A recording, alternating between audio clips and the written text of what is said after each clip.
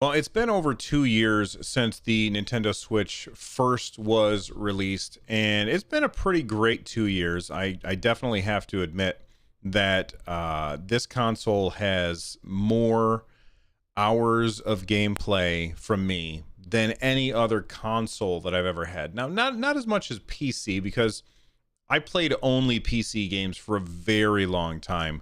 Didn't have a console that I really used. So that's the reason why PC is always probably going to edge out the amount of, like, it's always going to win out over the amount of time that I spend with consoles, just because for those like 10 years, I didn't really play console games very much. And I played a lot of games on PC. Like, I played nonstop. So it's going to be tough as I get older to ever match that. But that being said, let's talk about something that I think is really, really important for Nintendo Switch, and that is, yes, Pakio in chat is asking, is it because of World of Warcraft? Yes, it was because of World of Warcraft. I played a lot of World of Warcraft. I love that game. But the reason we're talking about the 2 years is because we've heard rumors many times that Nintendo is bringing new versions of the Switch out. And every time I have said, no, it's too soon, they're not going to do it yet, Nintendo tends to take their time when they revise hardware, but that's not always true. In fact, if you look at the DS, not the 3DS, but the DS, the Nintendo DS came out, and 2 years later, the Nintendo DS Lite came out. Only 2 years from the DS to the DS Lite. Now, if you go to the 3DS, that gap widens to 4 years, but 2 years, I feel like that's probably safe. For me, somebody who bought the Switch on launch day, if they bring out a new system, I feel like I've had 2 years with the Switch. I'm not upset about that. Now, if you bought a Switch yesterday and that happens, then I think that people would be upset. Now, let's talk about this rumor. This rumor comes from the Wall Street Journal, from Takashi Mochizuki, who, I'm really sorry if I ruined your name, man.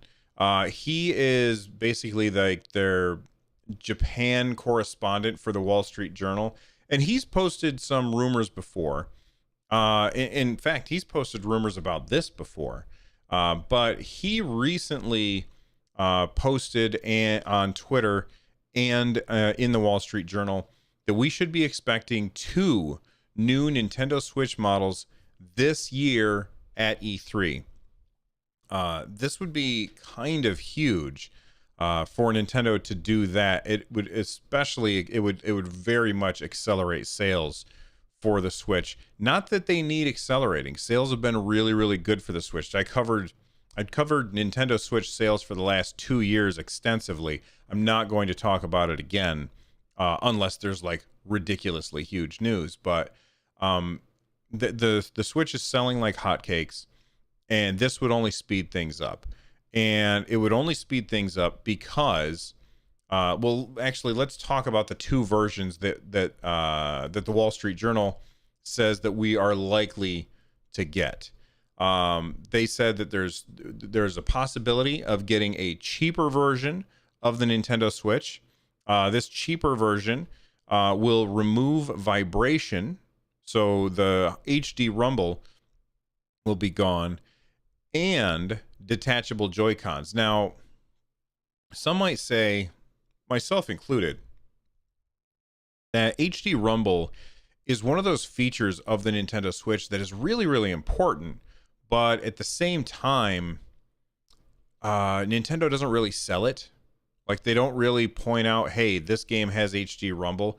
And sometimes I think they should, because games like Blaster Master Zero and Blaster Master Zero 2, they do a great job using HD rumble to make you really feel the game. It's pretty amazing. I think HD rumble is awesome, and if they take it out of the cheaper version, I understand, because it's not a feature that is super important to gameplay, but it is a cool selling feature, in my opinion. I think it's really cool. And if you've never used the Nintendo Switch, first off, you probably have because you're listening to this show. But if you've never used the Nintendo Switch, then you would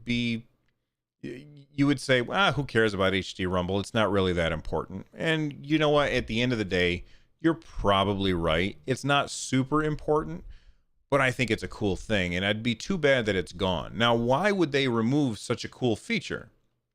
Well, I have the Pro Controller, which I can't reach right now. It's over there. I've got the Pro Controller. If you're watching the video, you can see it hanging on the wall over there, as well as the Joy-Cons. And one of the things that I've always complained about with HD Rumble is how the Pro Controller just doesn't feature it nearly as well as the Joy-Cons. And I almost think it's because they use the same motors in both the Pro Controller and the Joy-Cons. And the Joy-Cons have such a small footprint. They're much smaller that same motor really can vibrate those controllers. And the Pro Controller is so much larger and has so much more inertia that the same motor is just not going to have the same effect. And if they're taking off the removable Joy-Cons in order to make this cheaper version of the Nintendo Switch, then I think the main issue is that the Joy-Con, or that the HD Rumble just isn't going to do enough to vibrate the whole Switch enough. And they're looking for ways to cut costs so that they can have a lower priced machine to sell to younger players, I think. Now, even as I say this, I don't know that makes a lot of sense. And you know, like I said, I don't decide what I'm going to say ahead of time. Everything that I say on this show is just off the cuff. So even as I say that stuff, I start thinking about when I've played Blaster Master Zero in handheld mode. There was this cool moment at the pretty early on in the game. I can't remember exactly when, but pretty early on in the game, where there is a level where there's water going from one side of the screen to the other, and you can feel the water move across it. And I think that while it doesn't vibrate the Switch itself, it's just vibrating the Joy-Cons. You know, I kind of take back everything that I just said, except for the cost-saving measure. I think Nintendo's looking to save cost, because I do think that the Switch is thin enough. The Switch is thin enough that the Joy-Cons are able to transmit that rumble, even if even if the rumble is just felt in the grip itself. I think that's probably enough. So I think perhaps that argument that I was just kind of saying kind of goes out the window. So why are they removing it? Probably just cost. I mean, and again, this is all rumor. We don't know anything. But I'm going to guess that they're probably just trying to get that cost down to as low as they can possibly go. Maybe they can try and sell the Switch. I think a good price for the Switch would probably be, I mean, an insane price for the Switch would be $199 for this cheaper version. I would really like to see it get down to $199. I think a really good price would be $229 would be a good price. But I think what would probably happen is $249 with a pack-in game. And that's probably what we would end up seeing. $249 with a pack-in game. Sell this a little bit cheaper, make it a little more palatable for people to invest in multiple Switches, or Switch, whatever the plural is. I've never really been able to settle on that. Multiples for your house, because most houses, they focus on just having one. And Nintendo said at their investors meeting earlier this year that they really want to have multiples per house.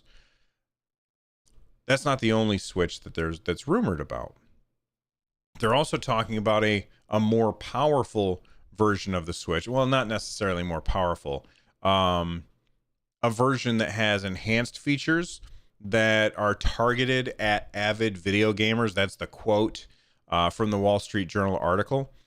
Um, I know that there's people out there, and they're probably hearing me say that or reading that someplace, and they're probably thinking, okay, well, if that's the case, then all these games that are exclusive to PlayStation or exclusive to Xbox or just on the other two consoles or only on PC and they're not on the Switch because it's too hard to port, those are suddenly going to come flooding towards the Switch. I don't see that happening. I don't think that they're going to make a more powerful version of the Nintendo Switch, because if they did that, then some publishers, like publishers who make stuff for the PlayStation or the Xbox, like they would say, okay, well, we're going to port our game, but we're only going to target that more powerful model. And if that's the case, that bifurcates the market for Nintendo Switch. And now you've got people who are confused. You know, somebody goes to the store and they buy a game and then they bring it home, they put it in their Switch, and it says, oh, I'm sorry, you can't run this because your Switch isn't powerful enough. That's a very bad experience for a consumer. And they're not going to blame the publisher. They're going to blame Nintendo because it's going to say the Switch can't run this game. And that's going to be bad for Nintendo. So I don't see them making a more powerful one. What I do see them doing is making features that can take advantage of more power without making it so that the games themselves can use more power. I don't know if that makes sense, so I'm going to have to qualify. Right now, the Switch is running on, I think, a 4-year-old Tegra X1. It's a Tegra chip, and it's old. It's 4 years old. And even before the Switch came out, there were new versions of this chip that were more powerful. And Nintendo decided to go with the old chip. There's the guy who invented the Game & Watch. This is off memory, by the way. Mr. Oh my God, I can't remember his name right now. He invented the D-pad and the Game Boy and the Game & Watch, and oh my God, I can't remember. I did a podcast about him on America's Next Top Podcaster, and his name is just escaping me. I'm sure that there's people yelling at their radio, yelling at their phones right now. How come you can't remember this guy's name? But for some reason I can't. Somebody in chat will tell me, I hope. Please, chat, help me out. That guy, he had like a motto for Nintendo, and it was I'm paraphrasing obviously because it's Japanese. But the motto was really, Nintendo doesn't do cutting edge stuff. They find ways to use seasoned technology in new ways. So they used this old Tegra chip, and they used it in new ways to make something new. No, Smash Block, it's not Shigeru Miyamoto. Oh my God, it's his mentor. It was his mentor. The guy worked on the factory floor at Nintendo, and he made like the first toy that Nintendo ever sold. And Mr. Yamauchi was on a visit to the show floor, and he saw this and he said, you got to make these for Christmas. And so they made them for Christmas, and Nintendo made a bunch of money. And that guy went from being a mechanic on the factory floor at the Hanafuda card company to being like the head of R&D 1 for Nintendo to make video games eventually after a bunch of other stuff. But I can't remember his name. I remember like everything about the guy except for his name. Anyway, so this old Tegra chip, Nintendo was using, there were new versions of it even before Nintendo brought out the Switch. Yes, it was Mr. Yokoi, Gunpei Yokoi. Thank you very much, Smash Block in chat. Gunpei Yokoi is the name of the guy. So now we've got that mystery solved. Okay, I can try and refocus my brain, get it right back on the road here. So the Tegra chip, all right, I think Nintendo could put a new chip in the Switch, and a lot of people would say, "Oh, awesome! Now we can run things at higher frame rates and blah blah blah blah blah." No, what that allows you to do is make a lot of things about the Switch better. A lot of the detractors of things that when it comes to a portable system, like a small screen. Maybe they could make a Switch with a bigger screen. And I know that when you look at the Switch, I'm going to grab mine real quick. When you look at the Switch, the size of the screen is kind of dictated by the size of the Joy-Cons here. So I know people would say, well, hold on, why would you want to make that screen bigger? Then you'd have to either make the Joy-Cons bigger, or it wouldn't be a nice rounded rectangle like we have now. And I totally understand why you would say that. But if you look at the Switch, and if you're watching the video, you are. But if you're not watching the video, that's okay. No big deal. I'm trying to turn the screen back on. The borders on this thing, the bezels on this screen are huge. They're massive, massive bezels on this. You could really shrink the bezels on this the way that phones have had bezels getting smaller and smaller until we're looking at the ridiculousness that is this, where there's almost no bezel on my phone at all, and they have to have a notch in order to put the front-facing camera on there. You could shrink the bezels down. And the problem with shrinking the bezels down is now you have more screen to light up. You've got more pixels to push. And by doing that, you put a bigger drain on the battery. But if the chip, the next Tegra chip, is more powerful and more efficient, then it can do all of the same things while using less battery. So now you can have a Switch that has the same battery life but a bigger screen, maybe even a nicer screen, because this screen's okay, but it's not wonderful. It's a giant step up from any screen Nintendo has ever put in a portable console ever, but still, by today's standards, it's kind of meh. Should they put in a 1080p screen? No, I don't think that that's necessary. Well, I mean, maybe it's necessary. It depends on how much more powerful the chip is. By putting in a 1080p screen, you're really increasing the amount of processing power that has to go on in that Tegra chip. However, if you don't put in a higher resolution screen and you make the screen bigger, then it's not going to look as good. A perfect example would be looking at the 3DS versus the 3DS XL. The screen on the XL is much bigger than the regular 3DS, but it's the same resolution, and everything kind of looks blurrier. And that was one thing about the XL version of the 3DS that I didn't really like, even though that was my preferred version of the 3DS, was the bigger version. I didn't like how the screen looked. It always looked a little blurry, and that always bothered me. So increasing the size of the Switch's screen, that could cause blurriness, but it really depends on how much you make it bigger. If you're just getting rid of those bezels, then maybe it wouldn't affect it very much. So I would like to see the I guess the XL version. I would like to see the XL version running everything exactly the same, except on a newer chip at a lower battery impact, so it would run the batteries about the same amount but having a bigger screen, maybe having a better screen.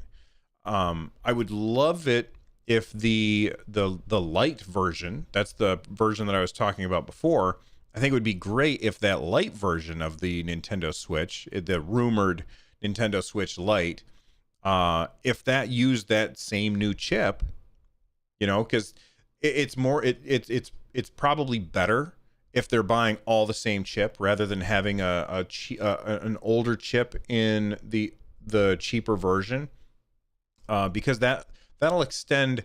I almost said DS Lite. The Switch Lite, by rumors, is supposed to be more of a portable thing. It doesn't have the detachable Joy-Cons, and you want that to have a longer battery life. So if if you're not making the screen bigger, you're keeping the screen the same size. You definitely don't want to make it smaller. Making it smaller would be a huge mistake unless they drastically redesign the Nintendo Switch to be like maybe a clamshell design. Then I could understand why they would do that. But I think that I don't know, that would blow my mind. If this came out as a clamshell design where you've got the controls under the screen and the screen folds down over top of the controls, that would blow my mind. Think of like the Game Boy Advance SP. That was the one that was a clamshell design. I loved that design. It was really comfortable to use. But I don't see them doing that with the Switch. Now I'm trying to decide if that's what I would want or not.